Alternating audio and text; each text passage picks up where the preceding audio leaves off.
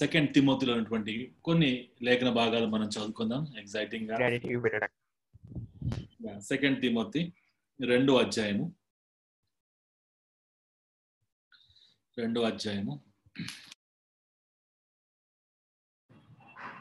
ఒకసారి అన్మ్యూట్ చేసుకోండి అన్న మీ కాల్. సుధీర్ అన్న. సారీ. ఓకే, సెకండ్ తిమోతి 14 నుంచి మనం చివరి వరకు చదువుదాం. సెకండ్ తిమోతి 14 నుంచి చివరి వరకు నేను చదివి మీకు వినిపిస్తాను. కొంచెం జాగ్రత్తగా ఫాలో అవ్వాల్సిందిగా కోరుతా ఉన్నాను. మనం ఈ సెషన్ లో మనం ఈ ప్యాసేజ్ లో మనం ఉన్నాం ఒక half an hour. So second Timothy 14 నుంచి నేను చదువుతాను. వినువారికి చెరుపుటకే గాని మరి దేనికి పనికిరాని మాటల గురించి వాదన పెట్టుకునవద్దని ప్రభు ఎదుట వారికి సాక్ష్యం ఇచ్చు ఈ సంగతులు వారికి జ్ఞాపకం చేయండి. 15 దేవుని ఎదుటయు యోగ్యుని గాను సిగ్గుపడనక్కర్లేని పనివాని గాను సత్యవాక్యమును సరిగా ఉపదేశించు వాని గాను నిన్ను నీవే దేవునికి కనపరుచుకున్నట్టుకు జాగ్రత్తగా పడుము. అపవిత్రమైన ఒట్టి మాటల విముఖుడువై ఉండుము. అట్టి మాటలాడు వారు మరి ఎక్కువగా భక్తిహీనులవుదురు. కొరకుపుండు ప్రాకినట్టు వారి మాటలు ప్రాకును. వారిలో హుమేయును ఫిలేతును ఉన్నారు. వారు పునరుద్ధానం గతించినని చెప్పొచ్చు సత్యం విషయములు తప్పిపోయి కొందరి విశ్వాసమును చెరుపుదురు. అయినను దేవుని యొక్క స్థిరమైన పునాది నిలకడగా ఉన్నది. ప్రభు తన వారిని ఎరుగును అనుదయు ప్రభు నామం ఒప్పుకొని ప్రతి వాడును దుర్నీతి నుండి తొలగిపోవాలని అనుదయు దానికి ముద్రగా ఉన్నది. గొప్ప ఇంటిలో వెండి పాత్రలు బంగారు పాత్రలు మాత్రమే కాక కర్రవియు మట్టివి కూడా ఉండవు. వాటిలో కొన్ని ఘనతకు కొన్ని ఘనహీనతకు ఉపయోగించబడు. ఎవడైనా వీటిలో చేరక తను తాను పవిత్రపరచుకునేలా వాడు పరిశుద్ధపరచబడి యజమానుడు వాడుకున్నట్టుకు అర్హమై ప్రతి సత్కార్యము సిద్ధపరచబడి ఘనత నిమిత్తమే పాత్రయే ఉండును. నీ యవనెచ్చ నుండి పారిపోము. పవిత్ర హృదయమై ప్రభుకు ప్రార్థన చేయవాడితో కూడా నీతిని విశ్వాసమును ప్రేమను సమాధానము వెంటాడు. నేర్పు లేని మూడులో వికత్కరములు జగడములను పుట్టించును ఎరిగి అట్టి వాటికి విసర్జించు. సత్య విషయమైన అనుభవజ్ఞం వారి కలుగుటకై దేవుడు ఒకవేళ ఎదురాడు వారికి మారు మనసు దయచేయండి. అందువలన సాతాను తన ఇష్టము చొప్పున చెరపట్టిన వీరి వారి ఎరువులను తప్పించుకొని మేలుకొనదురేమోనని ప్రభు యొక్క దాసుడు అట్టి వారికి సాత్వికముతో శిక్షించుచు జగడమాడక అందరి ఎడల సాధువుగాను బోధింప సమర్థుడుగాను కీడును సహించువాడుగాను ఉండవలెను. సో ఈ లేఖన భాగాల గురించి మనం ఈ హాఫ్ అన్ అవర్ మనం చూద్దాం. ఈ లేఖన భాగాలకు నేను పెట్టినటువంటి టైటిల్ ఏంటిది అంటే సర్ప్రైజింగ్ ట్విన్స్. సర్ప్రైజింగ్ ట్విన్స్ అంటే అర్థమైందంటే సర్ప్రైజింగ్ ట్విన్స్ అంటే మనకు బాగా తెలుసు కవల పిల్లలు. కవల పిల్లలు ఇద్దరు ఒకటేలాగా ఉంటారు. ఒక పెద్దగా అయిన తర్వాత కూడా అట్లనే ఉంటారు. వాళ్ళ పేరెంట్స్ బంధువులు సొంత వారు తప్ప బయట వచ్చిన వాళ్ళు ఎవరు పెద్ద ఎవరు చిన్న అని చెప్పడం కొంచెం కష్టం కదా. అటువంటి సర్ప్రైజింగ్ ట్విన్స్. కానీ కొద్ది మందిలో మనం చూస్తే ట్విన్సే కానీ వాళ్ళు డిఫరెన్స్ ఉంటుంది గ్యారెంటీ, రైట్? ఎవరైనా చెప్పొచ్చు వీళ్ళ డిఫరెన్స్ ఈయన పెద్ద అయినా ఆయన చిన్న అయినా ఈయన ముందు వచ్చి ఆయన తర్వాత వచ్చి ఈజీగా చెప్పొచ్చు. సో ఆ ట్విన్స్ లోనే ఒకేలాగా ఉన్న ట్విన్స్ ఉంటారు, వేరేలాగా పుట్టేటువంటి ట్విన్స్ కూడా ఉంటారు, కవల పిల్లలు ఉండొచ్చు. ఈ ప్యాసేజ్లు మనం చూస్తే ముగ్గురు ట్విన్స్, 3 sets ఆఫ్ ట్విన్స్ అనేది మనకు కనబడతాం. ఫర్ ఎగ్జాంపుల్ 15 నుంచి 19 వరకు మనం చదివిన 14 నుంచి అనుకోండి, 14 నుంచి 19 వరకు మనం చదివిన లేఖన భాగాలు మనకు కనబడుతున్నటువంటి వాళ్ళు ఎవరు అంటే ఒక ట్విన్స్, అంటే ఒక పేర్ ఆఫ్ మనకు కనబడుతుంది. ఏంటిది ఆ పేరు అంటే గుడ్ టీచర్స్, బ్యాడ్ టీచర్స్.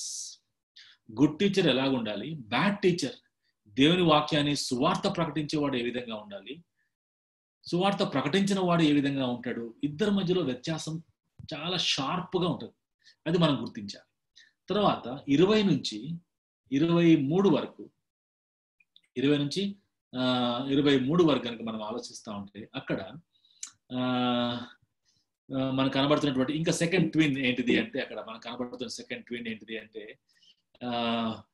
మనకు కనబడుతుంది ఏంటిది అంటే మంచి పాత్రలు చెడ్డ పాత్రలు, రైట్? గొప్ప ఇంటిలో మంచి పాత్రలు ఉన్నాయి, చెడ్డ పాత్రలు. సో పాత్రల గురించి అక్కడ మాట్లాడతాం. తర్వాత 24 నుంచి చివరి వరకు కూడా పాల్ గారు దేని గురించి మాట్లాడుతున్నారు అంటే దేవుని దాసుడు, ఎవరు దేవుని దాసుడు, ఎవరు దేవుని దాసుడు కాదు. కాబట్టి 3 కాన్సెప్ట్స్ ని ఈ యొక్క లేఖన భాగాలు 14 నుంచి 26 వరకు 14 నుంచి 26 వరకు 3 ఇంపార్టెంట్ కాన్సెప్ట్స్ ని మనం ఉదయకాల సమయంలో మనం చూడబోతాం. దాంట్లో ఫస్ట్ కాన్సెప్ట్ మనకు గుర్తున్నది కదా, first one good teacher, bad teacher. Second concept ఏంటిదంటే మంచి పాత్రలు, చెడ్డ పాత్రలు. మూడో కాన్సెప్ట్ ఏంటిదంటే దేవుని దాసుడు, ఎవరు దేవుని దాసుడు కాదు. సో ఈ 3 విషయాలు మనం చూద్దాం, ఎందుకంటే ఇది చాలా చాలా ప్రాముఖ్యం. సువార్త పరిచయం మనం చేస్తున్న మనందరికీ కూడా ఈ 3 విషయాలు కూడా చాలా ప్రాముఖ్యమైనవి. ఇప్పుడు దాకా నేను చెప్పినటువంటి ఆ యొక్క లైన్ ఆఫ్ థాట్ ని కొంచెం మీకు మళ్ళీ రేపు చెప్తా, కాబట్టి ఇది కొంచెం ఎక్స్ట్రా మీకు చెప్పాలని నేను ఆశపడతా ఉన్నాను. ఓకే, సో సిగ్గుపడనక్కర్లేని పనివాడు, ది అన్ఎషేమ్డ్ వర్క్ మ్యాన్, సిగ్గుపడనక్కర్లేని పనివాడు. సో అది మనం చూస్తే 2:15 చాలా స్పష్టంగా ఉంది. దేవుని ఎదుట యోగ్యుని గాను కదా, సిగ్గుపడనక్కరలేని పనివాని గాను, సత్యవాక్యమును సరిగా ఉపదేశించువాని గాను, నిన్ను నీవే దేవునికి కనపరుచుకున్నటకు జాగ్రత్త పడు. ఎంత బ్యూటిఫుల్ వర్స్ అంటే ఎంత బ్యూటిఫుల్ వర్స్. ఈ వర్స్ లో మనం చేయాల్సిన పని ఉన్నదా అంటే నిన్ను నీవే కనపరుచుకుంటకు ప్రయాసపడు కదా. కాబట్టి క్రైస్తవ యొక్క మన యొక్క పాస్టరల్ మినిస్ట్రీ కానీ ఫుల్ టైం మినిస్ట్రీ కానీ అది అంత ఈజీ ఏం కాదు. అందరూ అనుకుంటారు పాస్టర్ గారికి ఫుల్ టైం వరకు ఏం పని లేదు, అబ్బాయిలకి ఆదివారం పని మిగతాడు పని లేదు అనుకుంటారు. కానీ ఆదివారం ఓన్లీ ఒక 2 గంటలు మాత్రమే పబ్లిక్ మినిస్ట్రీ మనం చేస్తాం. ఈ వారం అంతా మనం చూస్తే ఎంత పని చేయాల్సిందో మనకు అర్థమైంది. అది ఎవ్వరికి బయట వాళ్ళకి తెలియదు అది కదా. బయట వాళ్ళు ఏదో మనం ఖాళీగా ఉన్న ఉద్యోగం పోతున్నాం సార్, పొద్దున్న పోతాం 10 గంటలకి, రాత్రి 7 గంటలకు వస్తాం, సాయంత్రం మళ్ళీ వచ్చి సేవ చేస్తాం అంటారు చాలా మంది. చేయొచ్చు sir, wonderful, praise the lord. కానీ మనం చేస్తుంది ఏంటబ్బా పాస్టర్లు కానీ నాలాంటి ఫుల్ టైం వర్కర్స్ కానీ ఏం చేస్తున్నాం అంటే దేవుని ఎదుట యోగ్యంగా ఉండగలటానికి, తర్వాత సిగ్గుపడనక్కర్లేని పనివారిగా ఉండగలటానికి, సత్యవాక్యమును సరిగ్గా ఉపదేశించే వాడిగా ఉండగలటానికి, తర్వాత మనమే కనపరుచుకుంటూ జాగ్రత్తగా పడుతున్నాము అనే విషయం మనం చూస్తాము. ఇక్కడ మనం జాగ్రత్తగా ఆడిద్దాం. Handling the word of God, సత్యవాక్యమును సరిగా విభజించాలి. ఫ్రెండ్స్, ఒక మంచి పాస్టర్ గారు, ఒక మంచి ఫుల్ టైం వర్కర్, ఒక మంచి ప్రీచర్, మనకు ఉండాల్సిన మంచి లక్షణం ఏంటిదంటే సత్యవాక్యమును సరిగ్గా విభజించాలి. సత్యవాక్యమును సరిగ్గా విభజించాలి. సో 2 గ్రూప్స్ మనకు కనబడుతుంది. ఒక గ్రూప్, ఇంకో గ్రూప్ కదా. ఒక గ్రూప్ ఏంటంటే గుడ్ టీచర్, ఇంకో గ్రూప్ ఏంటంటే బ్యాడ్ టీచర్స్. ఇప్పుడు మన ముందున్న ప్రశ్న ఏంటిదంటే are you a good teacher or are you a bad teacher? Good teacher ఏం చేస్తాడు, బ్యాడ్ టీచర్ ఏం చేస్తాడు చూద్దాం. ఇప్పుడు సత్యవాక్యమును సరిగా విభజించాలి అన్నప్పుడు పౌల్ గారి యొక్క మైండ్ లో ఉన్నటువంటి వర్డ్ ఏంటిదంటే ఆర్థోటోమియో అన్న. ఆర్థోటోమియో అంటే అర్థం ఏంటిదంటే కట్ స్ట్రైట్, అంటే సరిగా విభజించాలి, సత్యవాక్యమును సరిగా విభజించాలి.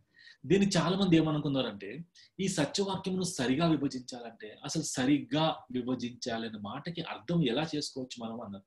కొంతమంది దానికి ఆన్సర్లు ఇచ్చారు. ఏమని ఇచ్చింది అంటే, కొంతమంది ఏమన్నారంటే సాక్రిఫిషియల్ విక్టిమ్ అంటే ఆ బలియాగంకి ఆ యొక్క ఆల్టర్ దగ్గరికి ఒక గొర్రె పిల్లని చంపి తీసుకొచ్చిన తర్వాత దాన్ని కరెక్ట్ గా కట్ చేయాలి. దాని యొక్క ఇంటర్నల్ పార్ట్స్ అన్ని పడేయాలి, దాని స్కిన్ తీసేయాలి, బ్లడ్ తీసేయాలి కదా.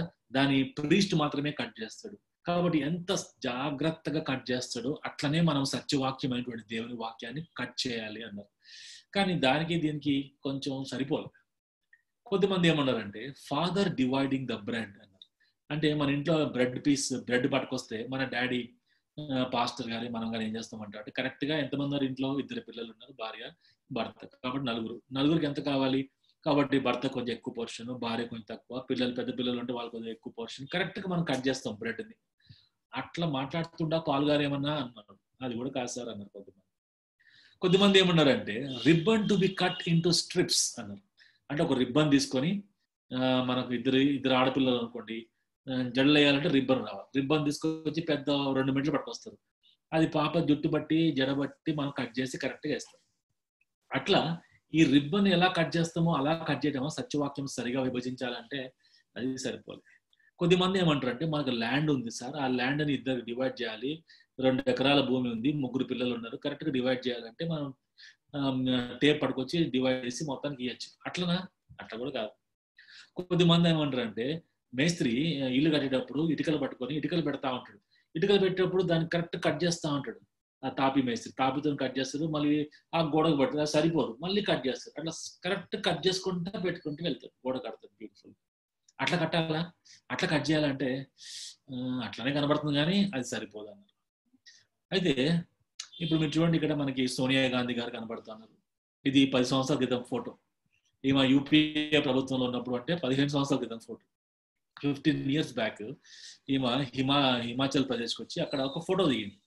ఈ ఫోటోలో మనం చూడండి, ఈ సోనియా గాంధీ పక్కన సెక్యూరిటీ గార్డ్స్, ఇద్దరు సీఎంలు, వీళ్ళు కాకుండా వెనక చూడండి ప్రొక్లైనర్ కనబడతా ఉంది. అక్కడ ఆ ప్రొక్లైనర్ దగ్గర గుట్ట కనబడుతుంది, పెద్ద కొండ. ఇప్పుడు ఆ కొండలో వాళ్ళు ఏం చేస్తున్నారు అంటే మార్గము సరళం చేస్తారు అన్నమాట. అంటే కొండలో నుంచి ఒక రోడ్ వేస్తారు, రైట్. మనం విశాఖపట్నంలో అరకు వ్యాలీకి పోయేటప్పుడు ఆ యొక్క కొండల్లో నుంచి ట్రైన్ పోతుంది అన్నమాట. అట్లనే కొండల్లో నుంచి ట్రైన్ బస్సులు పోవడానికి ఒక ద్వారాన్ని వాళ్ళు చేస్తున్నారు అన్నమాట కదా. దాన్ని ఏమన్నారంటే రోహతాంగ్ టన్నెల్ అని పిలుస్తారు. ఈ రోహతాంగ్ టన్నెల్ ఎక్కడుంది అంటే ఇది మనాలి కదా, హిమాచల్ ప్రదేశ్ దగ్గర మనాలి. ఈ మనాలి, లాహోల్ రెండు స్టేట్స్ ని కలుపుతా ఉన్నది. వరల్డ్స్ లాంగెస్ట్ టనల్ 3000 మీటర్ల ఎత్తులో ఉందన్నమాట ఇది. అంటే 10,000 అడుగుల పైన ఉంది. లెంత్ ఏమో 8.8 కిలోమీటర్స్ మాత్రమే. వర్క్ స్టార్ట్ అయింది 2010లో వర్క్ స్టార్ట్ అయింది, 19లో కంప్లీట్ అవ్వాలి, ఇంకా అవ్వలేదు, ఇంకా 4 years పడుతుంది. సో 2023 కల్లా ఫినిష్ అవుతుంది.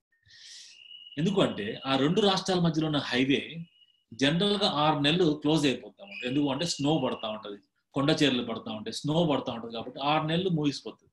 కాబట్టి 6 నెలలు ఈ రాష్ట్రం నుంచి ఆ రాష్ట్రం నుంచి పోవటం అనేది జరగట్లేదు, ట్రాఫిక్ లేదు, తర్వాత రవాణా సంస్థ రవాణా కూడా అంతా అయిపోయింది. సో ఇప్పుడు ఇట్లా టన్నల్ వేస్తే ఏమవుతుందంటే 46 kilometers తగ్గిపోతుంది, ప్లస్ 24 hours సంవత్సరం అంతా కూడా ట్రాఫిక్ నడుస్తూనే ఉంటుంది. కానీ దీని ప్రాజెక్ట్ ఎంత ఉంది అంటే 4,000 కోట్ల ప్రాజెక్ట్. సో స్టార్ట్ అయ్యి ఇప్పుడు 10 సంవత్సరాలు అయింది, ఇంకా అవ్వలేదు, ఇంకా 3 సంవత్సరాలు పడుతుంది. అంటే ఇంత కష్టపడి మార్గం వేస్తున్నారు.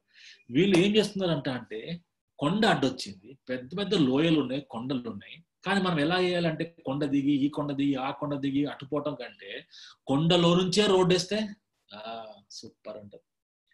కొండలోంచే రోడ్ వేయాలి, కట్ ఇట్ స్ట్రైట్. ఆర్థోటోమియో అంటే cut it straight.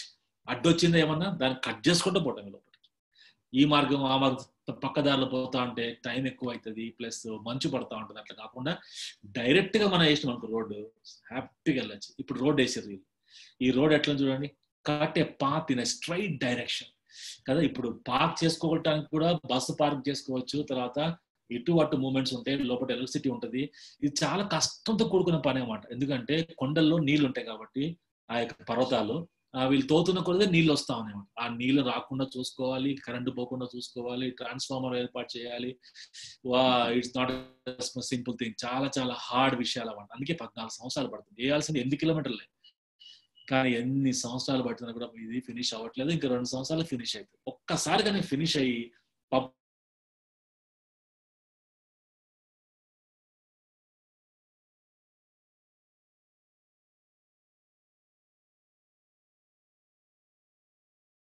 Rajiv Gandhi గారికి వచ్చింది. సో రాజీవ్ గాంధీ గారు ఆయన చనిపోయిన తర్వాత మనకు స్టోరీ ఎంత తెలుసు. సోనియా గాంధీ గారి ప్రభుత్వం వచ్చినప్పుడు అది స్టార్ట్ చేసింది. దాన్ని ఇప్పుడు మన మోడీ గారు దీన్ని ఫినిష్ చేస్తాము. సో వాళ్ళందరూ కలిసి చేస్తుంది ఏంటిదబ్బా అంటే cut a path in straight direction, straight గానే వెళ్ళిపోతాయి అన్నమాట.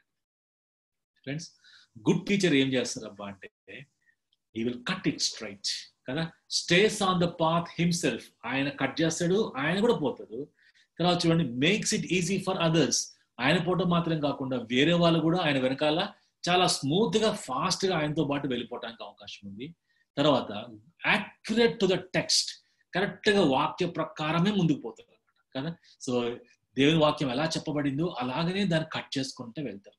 తర్వాత ద ప్లెయిన్ ఇన్ ఎక్స్పోజిషన్. చాలాసార్లు ఏమంటారంటే మనం ప్రసంగం చేసేటప్పుడు చర్చిలో కానీ ఎక్కడైనా కానీ పరిశుద్ధాత్మ దేవుడు మన మధ్యలో ఉంటాడు. ఆఫ్కోర్స్ ఒక ఆయన ఏమంటాడంటే కొంచెం ఊహించుకొని, ఫర్ ఎగ్జాంపుల్ మీరు గలతీ పత్రిక చెప్తున్నారు. గలతీ పత్రిక చెప్తున్నప్పుడు పాల్ గారు వస్తారు అన్నమాట. అంటే ఆయన రారు కానీ ఆయన ఊహించి చెప్తారు. పాల్ గారు వస్తారు. పాల్ గారు వచ్చినప్పుడు ఆయన 2 చోట్ల నిలబడతాడు అన్నమాట. ఒకటేమో ప్రీచర్ వెనక నిలబడతాడు, కొన్ని సందర్భాల్లో ప్రీచర్కి ముందు నిలబడతాడు. ఎందుకన్నా నిలబడతాడు అని ఆయన చెప్తున్నామాట. ఇది ఓన్లీ కొంచెం ఇలిస్ట్రేషన్. అంటే ఒక్కోసారి ముందు నిలబడతాడు, అంటే నేను ప్రీచ్ చేస్తుంటే నా ముందు నిలబడతాడు. నిలబడి ఏమంటాడు అంటే థమ్స్ అప్ సైన్ ఇస్తా ఉంటాడు. వెరీ గుడ్ సార్, బాగా చెప్తాడు. నేను ఎలా రాసినో, ఏ ఉద్దేశంతో రాశానో, నేను ఏ బ్యాక్గ్రౌండ్ తో రాశానో నేను తిమోతికి, కరెక్ట్ గా అదే ఉద్దేశము అదే బ్యాక్గ్రౌండ్ తో నువ్వు బాగా స్టడీ చేసి కట్ ఇట్ స్ట్రైట్ గా కట్ చేసి చెప్తున్నావు. నువ్వు మంచిగా వెళ్తున్నావు ఫ్లోగా, నీ వినేవాళ్ళు కూడా తీసుకుపోతున్నావు. నా ఉద్దేశం, ఏ ఉద్దేశంతో నేను రాశానో ఆ ఉద్దేశం కరెక్ట్ గా నువ్వు గమనించావు అని థమ్స్ అప్ సైన్ ఇస్తా ఉంటాడు. కొన్ని సందర్భాల్లో పాల్ గారు ప్రీచర్ వెనక నిలబడతారు. వెనక నిలబడి ఏం చేస్తా ఉంటాడు అంటే కాంగ్రిగేషన్ అందరికి కూడా ఇట్లా చేతులు ఊపుకుంటా, వినద్దు దయచేసి, నా ఉద్దేశం అది కానే కాదు, నా ఉద్దేశం వేరేది, ఈ ప్రీచర్ ఏదో చదువుకొచ్చి మొత్తానికి టైం పాస్ చేస్తుంది ఇక్కడ, కాబట్టి నా ఉద్దేశం అది కాదు అని చెప్పి వినద్దు అని కూడా చెప్తా ఉంటాడు. ఫ్రెండ్స్, మన ఆశ, దేవుని యొక్క ఆశ ఏంటిదంటే లేఖన భాగాలు ఏ ఉద్దేశంతో రాశారో ఆ ఉద్దేశాన్ని మనం పరిశుద్ధాత్మ ద్వారా మనము తెలుసుకొని, మనం కష్టపడి మన టేబుల్ మీద కూర్చొని చదువుకొని బ్యాక్గ్రౌండ్ నేర్చుకొని మనం కొంచెం పర్సనల్ బైబిల్ స్టడీ చేసి దాన్ని చాలా జాగ్రత్తగా కట్ ఇట్ స్ట్రైట్, సత్యవాక్యమును సరిగా ఉపదేశించువాడుగా నిన్ను నీవే కనబరుచుకోవటకు జాగ్రత్త పడము. అప్పుడు నువ్వేమైతావు? సిగ్గుపడనక్కర్లేని పనివారిగా అవుతావు. తర్వాత దేవుని ఎదుట యోగ్యమైనటువంటి పాత్రగా నువ్వు అవుతావు, యోగ్యమైన వ్యక్తిగా మనం అవుతాం. మా అన్న అమెరికాలో ఉంటాడు. మా అన్న వాళ్ళ ఒక ప్రసంగికుడి దగ్గర వింటా ఉంటున్నాడు వాక్యాన్ని. ఆయన రేడియోలో చెప్తా ఉంటాడు. ఆయన ప్రసంగాన్ని వినుకుంటా మా వాడికి ఆయన చెప్పింది ఏంటంటే 2015లో యేసు ప్రభు వారు రాబోతున్నారు, కాబట్టి మీరందరూ ఆస్తులు అమ్ముకొని అవసరమైతే నాకు ఇచ్చేసేయండి, నేను భద్రపరుస్తా, మనం అందరం పరలోక రాజ్యం పోదాం అంటే మా వాడు ఆయన మాటలు నమ్మేసి నాకు ఫోన్ చేసి, అరే 2015 ఆగస్టు 20 యేసు ప్రభు వస్తున్నాడు, మా పాస్టర్ గారు చెప్పిండు, మా ప్రీచర్ చెప్పిండు, లెక్కలు కరెక్ట్గా వేసిండు, ఆ లెక్కలు బట్టి ఇక ప్రభు రావాల్సిందే, ఆ రోజు రాకపోతే ఇక ప్రభు రానట్టే గ్యారంటీ అని చెప్పి నువ్వు కూడా అమ్మేసుకో అని అన్నాడు. ఇక అమ్మేసుకుంటే మన వల్ల కాదులే కానీ జాగ్రత్త కూడా చెప్పిన. మొత్తానికి ఆగస్టు 20 2015 అయిపోయింది. రాలే ప్రభు వారు. మా వాడు ఫోన్ చేసి ఏదో రాలేదు అంటే, అదే మా పాస్టర్ గారు లెక్కలు కొంచెం తప్పిపోయినాయి, మళ్ళీ లెక్కేస్తాడు, మళ్ళీ ఇంకో డేట్ చెప్పిండు, 2018 సెప్టెంబర్ 14 వస్తుందని చెప్పి. 18 అయిపోయింది, ప్రభు వారు రాలేదు. ఇప్పుడు ఈ ప్రీచర్ గాని ఈ వ్యక్తి గాని ఎవరు? సిగ్గుపడేటువంటి పనివాడు, సత్యవాక్యాన్ని సరిగా విభజించడం రానివాడు, దేవుని ఎదుట యోగ్యుడు ఏమాత్రం కూడా కాదు. అటువంటి వాడి యొక్క ప్రసంగాలు విని ప్రజలు పాడైపోతారు.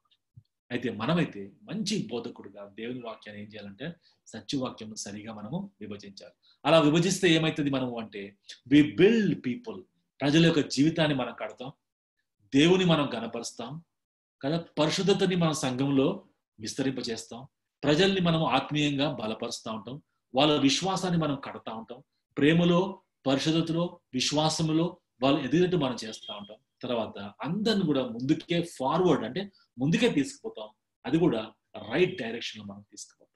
కాబట్టి గుడ్ టీచర్ ఎప్పుడు కూడా సంఘాన్ని ప్రజల్ని కట్టేవాడిగానే మాత్రమే ఉంటాడు తప్ప కూల్చేవాడిగా మాత్రం కూడా ఉంటాడు. గుడ్ టీచర్ ఎప్పుడు కూడా సిగ్గుపడనీయడు, తర్వాత ప్రభు చేత అప్రూవ్ చేయబడతాడు, తర్వాత దేవుని వాక్యాన్ని సరిగా విభజిస్తాడు. కానీ బ్యాడ్ టీచర్ అయితే వాడు సిగ్గుపడతాడు, సంఘస్థ సభ్యులు సిగ్గుపరుస్తాడు, దేవుడి చేత ఏమాత్రం కూడా అప్రూవ్ చేయబడడు, ఎప్పుడు కూడా దేవుని వాక్యాన్ని డీవియేట్ చేస్తూ ప్రకటిస్తాడు తప్ప ఎప్పుడు కూడా స్ట్రైట్ గా ఏమాత్రం కూడా ప్రకటించాడు. ఓకే, దానికోసం మనం ఏం చేయాలబ్బా అంటే స్టడీ ఈజ్ కంపల్సరీ. ఈ సువార్త పరిచయం చేస్తున్న మన అందరి గుర్తుపెట్టుకోండి, మనం చదవడం చాలా చాలా ఉపయోగకరం. మన సంఘానికి ఎవరైతే పాస్టర్ గారు బాగా చదువుకుంటాడో ఆ సంఘం నిజంగానే అభివృద్ధి చెందుతా ఉంటుంది. ఎలా చదువుకుంటామో మనకు తెలియదు, కానీ కంపల్సరీగా మనము దేవుని వాక్యాన్ని చదువుకోవాల్సిందే. ఫర్ ఎగ్జాంపుల్ చాలా మంచి మంచి వ్యక్తులు ఉన్నారు అన్నమాట. ఈ లిస్ట్ లో మీరు చూడండి, జాన్ స్టార్ట్ గారు ఉన్నారు, ఆయన చనిపోయాడు. ఆయన బుక్స్ మనం చదువుతా ఉంటే దేవుని వాక్యం ఎలా చదవాలి. ఫర్ ఎగ్జాంపుల్ ఆయన బుక్స్ రాసిండు, రోమా పత్రిక మీద రాసిండు కామెంటరీ, గలతీ పత్రిక రాసిండు, తిమోతి మీద రాసిండు, తర్వాత అపోస్తల కార్యాల మీద రాసిండు. అవన్నీ చదువుతా ఉంటే అసలు సత్యవాక్యాన్ని ఇంత సరిగా విభజిస్తారా వీళ్ళందరూ, తమ ప్రాణన ప్రభు కోసం తమ లైఫ్ పెట్టారు అన్నమాట.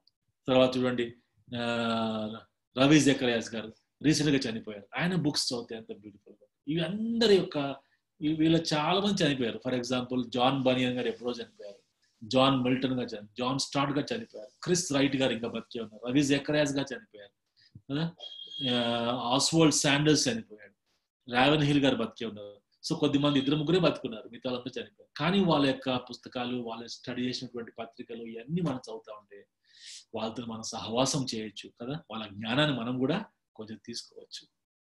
తర్వాత వాట్ టు రీడ్ 360 degrees మనం అందరం కూడా చదువుకోవాలి కదా. ఏం చదువుకోవాలి ఫస్ట్ ఆఫ్ ఆల్ అంటే బుక్స్ ఆఫ్ ద బైబిల్ని మనం చదువుకోవాలి.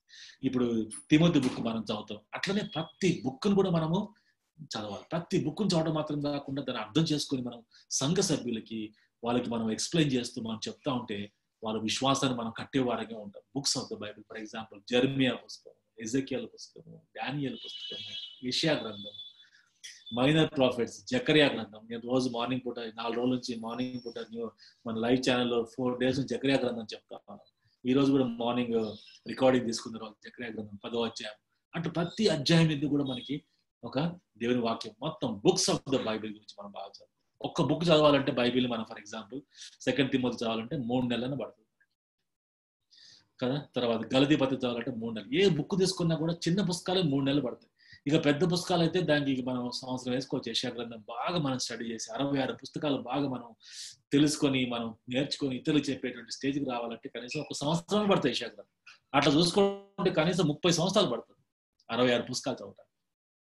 ఫ్రెండ్స్, ఈ 30 years మనం ఇన్వెస్ట్ చేయగలిగితే కంటిన్యూస్ గా, నేను చెప్తా మా వాళ్ళకి చాలా మంది యవనస్తులు అంటారు అన్నమాట మా మినిస్ట్రీ 20 సంవత్సరాలు ఉంటారు. ఇప్పుడు మొదలుపెట్టి తమ్ముడు నువ్వు 50 సంవత్సరాలకు వచ్చేసరికి నువ్వు ఇంటర్నేషనల్ స్పీకర్ అయిపోతావు. ఎందుకంటే 30 సంవత్సరాల దేవుని వాక్యాన్ని సమృద్ధిగా చదువుకునే వాడుకుంటాం. Friends, what a beautiful things God can do for us.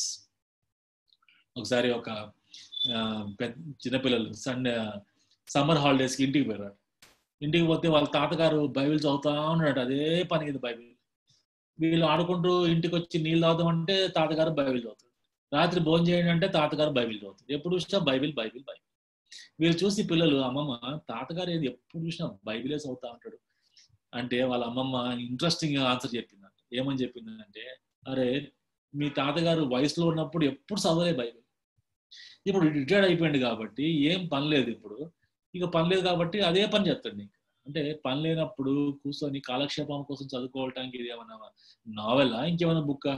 దేవుని వాక్యం, the words of life. So అటువంటి వాక్యాన్ని మనం ఇప్పటి నుంచే మనం చదవటం ప్రారంభించాం.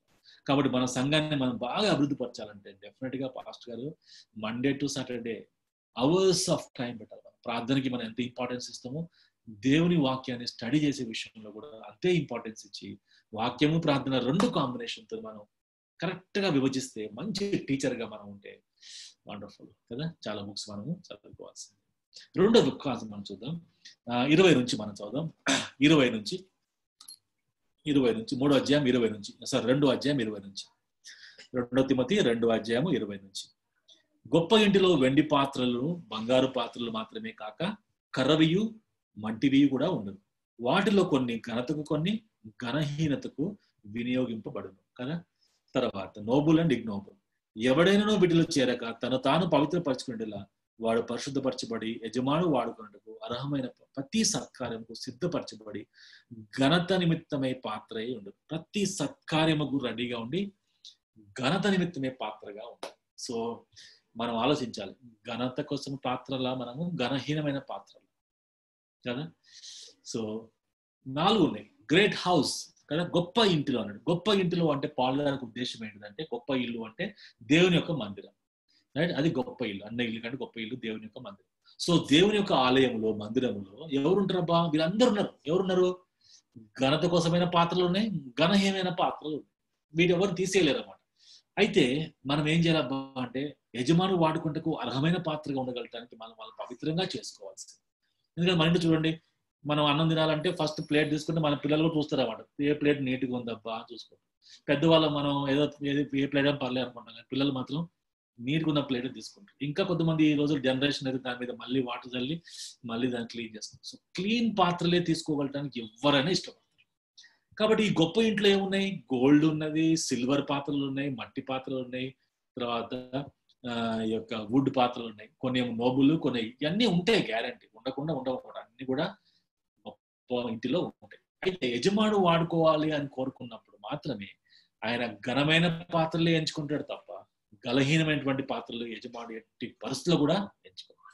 కాబట్టి మనం ఏం చేయాలంటే, ప్రభువు నన్ను ఏర్పాటు చేసుకున్నావు కాబట్టి ప్రతిసారి ప్రభా నీకు లోబడి ఉంటా ప్రభా, నన్ను వాడుకో ప్రభా అని చేయాల్సిన ప్రార్థన మనము చేయాల్సిందే. అయితే ప్రభు మనం వాడుకోవాలి అన్నప్పుడు great promise versus small hinge అని. హింజ్ అంటే అర్థం ఏంటిది అంటే, మన డోర్ ఉంటుంది ఇంటి డోర్, ఆ డోర్ మనం ఓపెన్ చేయాలి అన్నా క్లోజ్ చేయాలి అన్నా డోర్ దేని మీద ఆధారపడి ఉంటుంది అంటే హింజ్ మీద ఆధారపడి ఉంటుంది. హింజ్ అంటే అక్కడ మూడు ఉంటాయి అన్నమాట ఆ డోర్కి. 1, 2, మా ఇంటి ముందు డోర్ కనబడుతుంది, 3 ఉన్నాయి.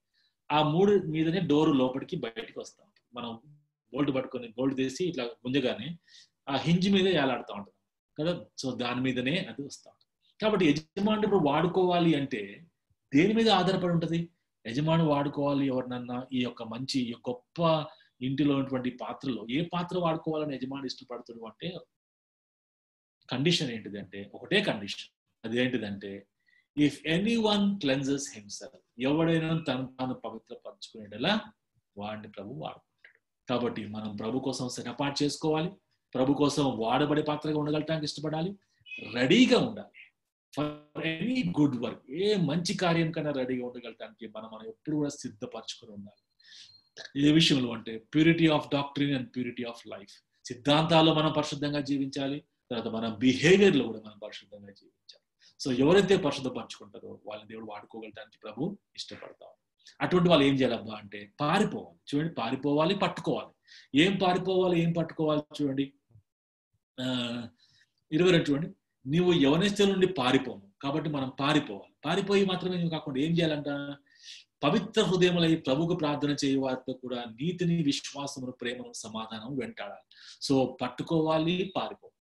ఎక్కడి నుంచి పారిపోవాలి చెప్పండి? ఇప్పుడు పారిపోవాలి అనే మాటకి అర్థం ఏంటిదంటే ఫ్లీ అంటే ఎప్పుడు పారిపోతాం మనం అంటే జనరల్ గా డేంజర్ ఉన్నప్పుడు పారిపోతాం. జోసెఫ్ డేంజర్ జోన్ లోకి వెళ్ళిపోయింది, యోసేపు కదా. ఆమె ఎన్నో మాటలు మాట్లాడుతుంది కానీ మనోడు ఏం పట్టించుకోలేవు, అంతే వాళ్ళ ఇంట్లో ఉన్నాడు కాబట్టి కానీ ఎప్పుడైతే ఆ స్త్రీ వచ్చి తన మీద చెయ్యి వేసిందో అప్పుడు యోసేపు అక్కడ నుంచి పారిపోయాడు. సో డేంజర్ బెల్స్ రింగ్ అవ్వగానే జోసెఫ్ ఈజ్ రన్నింగ్. మన ఇంట్లో కూడా అంతే అన్నమాట. గ్యాస్ సిలిండర్ ఏమైనా బద్దలైందంటే ఎందుకు బద్దలైంది, ఎవరి వల్ల బద్దలైంది అని ఆలోచించుకుంటే ఫస్ట్ ఆఫ్ ఆల్ మనం పారిపోవాల్సిందే, ఫ్లీ కదా. So flee from the danger. అమెరికాలో WTS టవర్స్ అది ఏరోప్లేన్ గుద్దినప్పుడు అందరూ పారిపోయారు. ఎవరు గుద్దిరబ్బా అని పోవడానికి లేదన్నమాట. We have to flee. Danger ఉన్నప్పుడు మనం పారిపోవాల్సిందే కదా. సో కొన్ని విషయాలు మనం పారిపోవాలి. Things which holders, things which attractors. So మనం దేని దగ్గర నుంచి పారిపోవాలి అంటే ఏది మనం గట్టిగా పట్టుకుంటుందో వాటి నుంచి మనం పారిపోవాలి, ఏది మనం బాగా అట్రాక్ట్ చేస్తుందో వాటి దగ్గర నుంచి మనం పారిపోవాలి. ఒకసారి మీరు చూడండి, ఏది మనం గట్టిగా పట్టుకుంటుంది అంటే రిసెట్మెంట్ ఆఫ్ అదర్స్ గిఫ్ట్. అంటే మనకంటే వేరే వాళ్ళు మంచిగా వాక్యం చెప్తున్నా, మనకంటే ఎక్కువ వేరే వాళ్ళు బాగా ప్రార్థన చేస్తున్నా, మనకి ఎందుకు కొద్దిగా వాళ్ళకి దేవుడిచ్చిన తలాంత పట్టి చేస్తున్నారు అని కాకుండా వాళ్ళు మనకంటే బాగా చేస్తారన్నటువంటి ఏమైనా రిసెంట్మెంట్ మన హృదయంలో ఉంటే దాని నుంచి మనం పారిపోవాలి. Spirit of competition. కొద్దిమందికి మా సంఘం ఫాస్ట్, వాళ్ళ సంఘం ఫాస్ట్, మేము బాగా అభివృద్ధి పొందుతున్నాం, వాళ్ళ అభివృద్ధి పొందట్లేదు, మనం అటువంటి కంపారిజన్ చేస్తూ ఉంటాం. అక్కడ నుంచి మనం పారిపోవాలి కదా. తర్వాత సంఘానికి మనం ఏమైనా తప్పుడు పేరు తీసుకురాగలటానికి ఎవరైనా ప్రయత్నం చేస్తున్నప్పుడు, మనం చేస్తున్న అటువంటి విధంగా మనం మాట్లాడుకుంటున్నా కూడా మనం అక్కడ నుంచి పారిపోవాలి. లవ్ ఆఫ్ మనీ, డబ్బుల దగ్గర నుంచి మనం పారిపోవాలి. చాలా సందర్భాల్లో ఫుల్ టైం మినిస్టర్స్ కూడా మన అందరికి కూడా money can be a problem, and sex opposites can be a problem, and pride can be a problem. ఈ 3 ఎప్పుడు మనం ఛాలెంజెస్. మనీ ఛాలెంజే, తర్వాత ప్రైడ్ అంటే గర్వము ఛాలెంజే, ఆపోజిట్ సెక్స్ కూడా మనకి ఛాలెంజ్. వాటి నుంచి మనం పారిపోవాలి. రెండోది థింగ్స్ విచ్ అట్రాక్టర్స్. ఏది మనం బాగా అట్రాక్ట్ చేస్తుంది? ఫర్ ఎగ్జాంపుల్ ప్రమోషనా, వెల్త్, పవరా, సెల్ఫిష్ మోటివ్సా, ఏది మనం అట్రాక్ట్ చేస్తే దేనికి మనం బాగా ఆకర్షితం అవుతున్నాం వాటి నుంచి మనం పారిపోవాలి. ఒకసారి పాస్టర్ గారు ఒక చర్చిలో మాట్లాడుతూ, నేను ఎలా పనిచేస్తున్నానో నేను ఇంకా బాగా పనిచేయాలంటే మీ రిక్వైర్మెంట్స్ ఏంటిది చెప్పండి దయచేసి. అప్పుడు సంఘం బాగా అభివృద్ధి పొందుతుంది అంటే ఎవరు మాట్లాడలేదు. ఇక పాస్టర్ గారు లాభం లేదు, అందరికి పేపర్లు ఇచ్చేయండి, పేపర్ల మీద ఫీడ్బ్యాక్ రాయండి అని. ఫీడ్బ్యాక్ రాసి మీ పేరు రాయమాకండి, అప్పుడు మీరు రాస్తారు నా గురించి అంటే అందరు తీసుకొని అందరు రాస్తారు ఫీడ్బ్యాక్. పాస్టర్ గారు మీరు ఇంకొంచెం ప్రసంగం బాగా చేస్తే బాగుంటుంది, పాస్టర్ గారు మీరు ఇంకొద్దిగా హౌస్ విజిటింగ్ చేయట్లేదు సార్ ఈ మధ్యకాలంలో, కొంచెం చేస్తే బాగుంటుంది, పాస్టర్ గారు మీరు కొద్దిగా అట్లా ఆయన ఏమేమి ఇంప్రూవ్మెంట్ చేసుకోవాలో అందరు రాసి ఇచ్చారు. అవన్నీ పాస్టర్ గారికి ఇస్తే అవన్నీ ఒక బాక్స్ లో పెడితే అవన్నీ చూసిండు ఆయన, అన్ని బాగానే ఉన్నాయి, thank you very much, feedback ఇచ్చారు, నేను మంచిగా ఇంప్రూవ్ చేసుకుంటా. అయితే నేను ఏది కోరుకుంటున్నానో అది మీరు రాయలేకపోయాను. అంటే అందరూ ఏం కోరుకుంటున్నారు సార్, మేము ఏం రాయలేకపోతున్నాము అంటే ఆయన చెప్పిన మాట ఏంటిదంటే, the greatest need of the church, ఈ సంఘానికి ఉన్నటువంటి అన్నిటికంటే అతి ప్రాముఖ్యమైనటువంటి అవసరత ఏంటిది అంటే పాస్టర్ గారి యొక్క పరిశుద్ధత. పాస్టర్ గారు ఎంత పరిశుద్ధంగా ఉంటే సంఘం అంత అభివృద్ధి పొందుతుంది.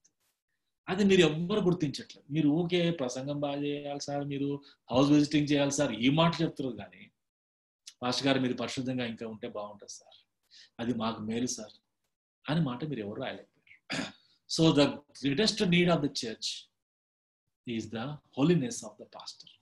కాబట్టి మనం గట్టిగా మనం ఏది పట్టుకుంటుందో, ఏది మనల్ని బాగా అట్రాక్ట్ చేస్తుందో వాటిలోంచి మనం దూరంగా పారిపోయి ఏం చేయాలి, పర్స్యూ చేయాలి. పారిపోవాలి, గట్టిగా పట్టుకోవాలి.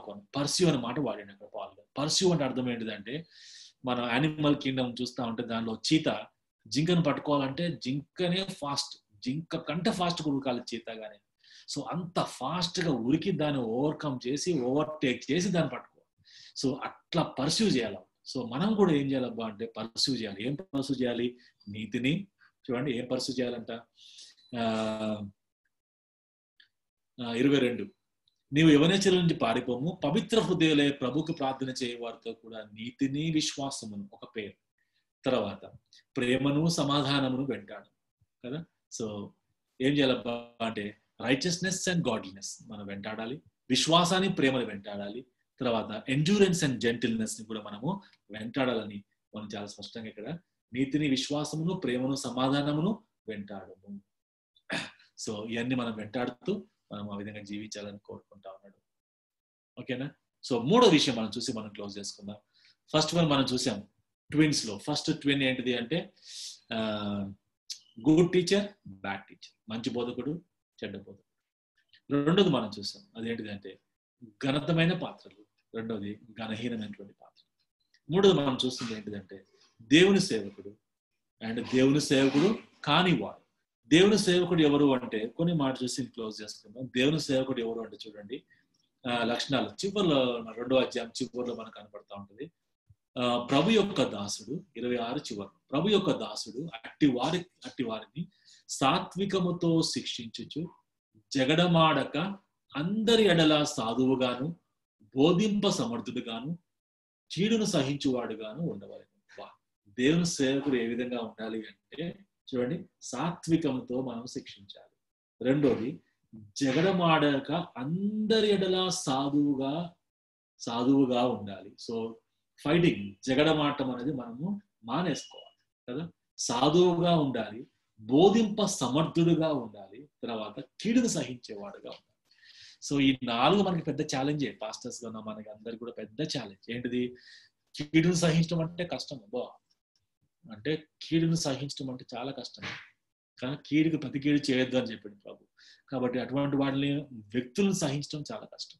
కాబట్టి మనం ఏం చేయాలంటే కీడును సహించేవాడిగా ఉండాలి, తర్వాత దేవుని వాక్యాన్ని బోధింపవాడిగా ఉండాలి, మనం బోధింప సమర్థుడిగా ఉండాలి, జగడం ఆడద్దు కదా, సాత్వికంతో మనం జీవించాలి.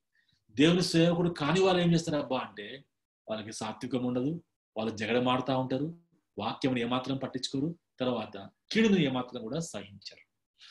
ఒకసారి సిఎస్ఐ చర్చ్, నేను సిఎస్ఐ చర్చ్కి వెళ్తా ఉంటాను. నేను హైదరాబాద్ ఉంటాను కానీ మా ఊరి దగ్గర ఒక ఊర్లో చర్చ్లో పాస్టర్ గారిని బాగా కొట్టారు.